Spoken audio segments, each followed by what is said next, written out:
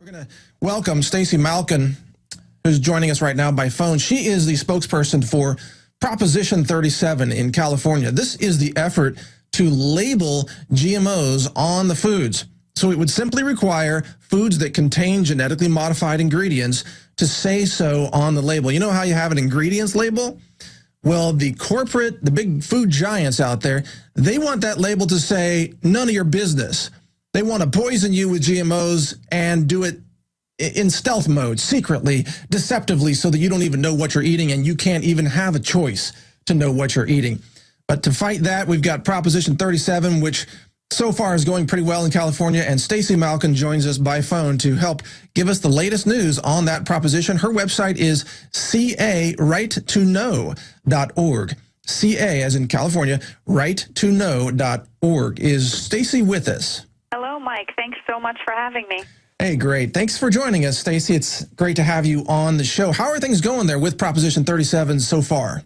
Well, Proposition 37, first of all, it is a huge and very inspiring people's movement. I mean, the grassroots energy around this is just tremendous. We had almost 1 million people in California sign petitions to get this on the ballot in just a 10-week period, and that was twice the number we needed to get on the ballot. That was a huge undertaking by thousands of volunteers across the state, and many of them moms and grandmothers who are not usually out on the streets petitioning, but they care so much about this issue because they want to know what's in their food, because we have a right to know. And as you said, the companies have been genetically engineering our food system, fundamentally altering the genetic code of some of our most important food crops without any required safety studies and without telling us.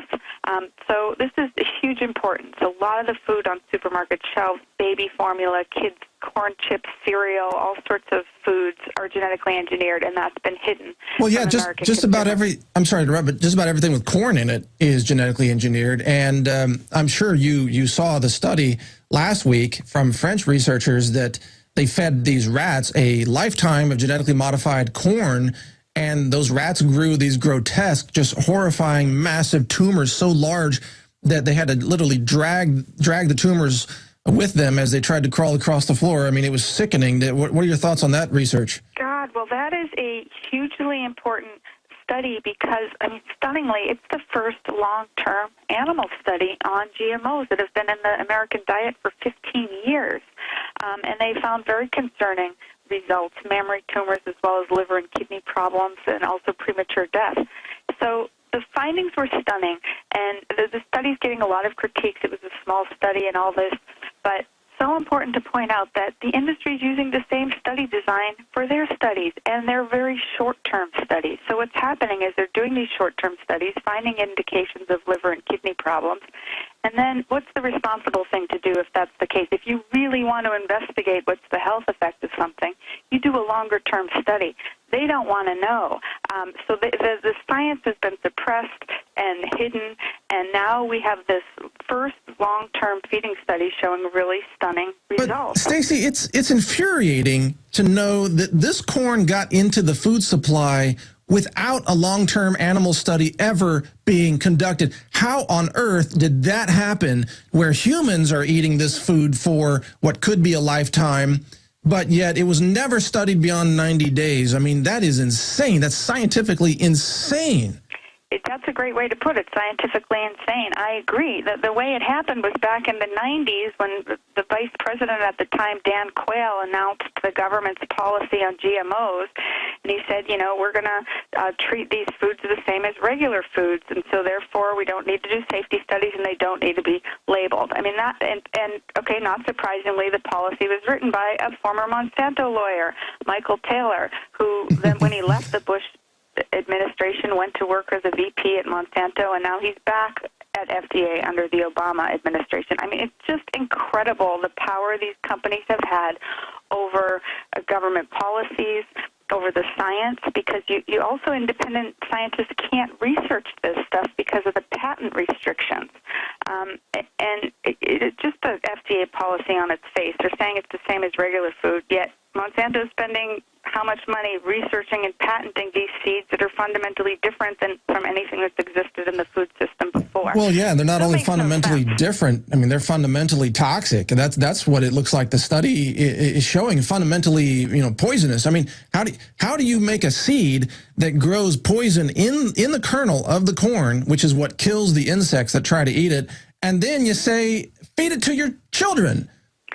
Yeah, great question. And, most of this is in processed foods right now, but people should also know that just this summer, Walmart decided it would sell Monsanto's first genetically engineered sweet corn.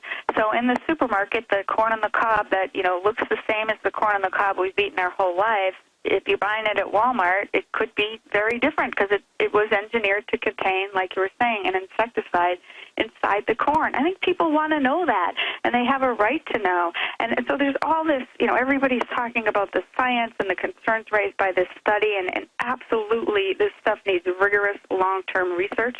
But in the meantime, what we're saying in California is let's at least give people the right to know, a choice, a label. Well, the corporate science is not science. It is complete fraud. It is quack science, junk science, whatever you want to call it. I have never seen such despicable, unethical behavior among scientists as I've seen those attempting to defend these toxic GMOs. These people will lie. They will fabricate data and results. They will threaten you. I mean, I've been threatened. Others have been threatened. The guest we have coming on next hour has been threatened. These people will do anything, and you should stay tuned, Stacy, for the next hour, because we've got an email from one of these scientists who says, "Yeah, we know it kills you. That's what we're trying to accomplish." That's what they're saying. It's just crazy stuff. I mean, well, what I've seen over the last week, the industry's trotting out all these scientists who are questioning the methods and the size of the study without mentioning that it's the same methods and size as all the industry studies that supposedly show safety, which, again, are just 90-day studies, and the tumors in this new French study didn't even show up until 4 months. So if you were going to design a study that wouldn't find health effects, keep it short-term, decide which of those studies are going to get published and which aren't. It's just truly incredible how much power these companies have. But now what we see in California is they're now going to pour $32 million into a lie campaign to try to confuse voters about Prop 37, which is a simple, basic labeling law that's already required in 50 other countries. Of course, it's going to be a lying campaign. Let's talk about that. What are the biggest lies that we should be prepared to hear from the propaganda campaign funded by all of these big food companies, all the big names that you know? They're going to lie to the California voters in the next 4 weeks or so. What are the big lies that we're likely to hear, Stacy? So first of all, the two largest funders, Monsanto and the No on 37 campaign, the same companies that told us DDT and Agent Orange were safe and produced science to that effect. So now they've got this huge campaign of deception in California. Interestingly, none of their ads mention genetic engineering. That's the topic they don't want to discuss. Instead, they're trying to say, the initiative is confusing and it will raise costs and people would get sued. And this is all not true. $32 million can buy a lot of confusion and misleading information, but it can't buy facts. And the facts are that this is a very simple, straightforward, business-friendly proposition. It won't raise costs. There's absolutely no evidence to that effect. Costs didn't go up in Europe when they implemented labeling. It's very fair to businesses, and that's why thousands of farmers are behind the Yes on 37 campaign. The largest environmental and health groups in the state were funded by many, many businesses across the state, businesses in the natural organic food industry, which is like the crown jewel of California's economy. These companies are saying, we in California we lead the nation on important health and environmental issues, and this is one of the most important.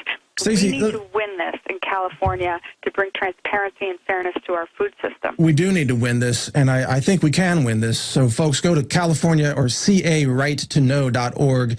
Get involved there, and if you're listening from California, be sure to vote. This is actually a good reason to vote. Even if you don't vote for the next presidential puppet, vote for this proposition. This is the reason to go vote. Now, it's clear, though, Stacy, that the reason Monsanto doesn't want this to pass is simply because they don't want people to know what they're eating. Now, if you think about, what if we applied this to everything?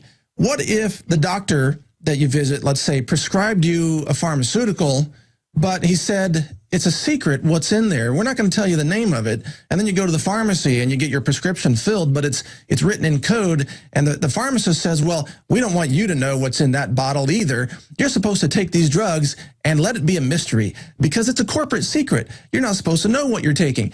That would be the equivalent of what's happening with GMOs right now. Now, I think most common sense people would say, of course we have a right to know what we're swallowing. It only makes sense. Absolutely, absolutely. And, you know, the biggest challenge for us, and we are running far ahead in the polls right now, 67%, but the No campaign of lies has not truly begun yet. They haven't started with the TV commercials, and they'll be putting $32 million into bombarding the state with deceptive TV commercials.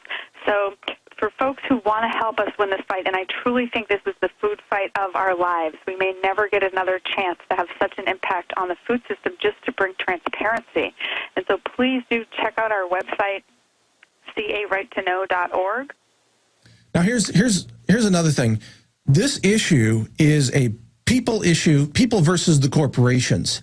Now, everybody that I know is in favor of honest labeling of foods.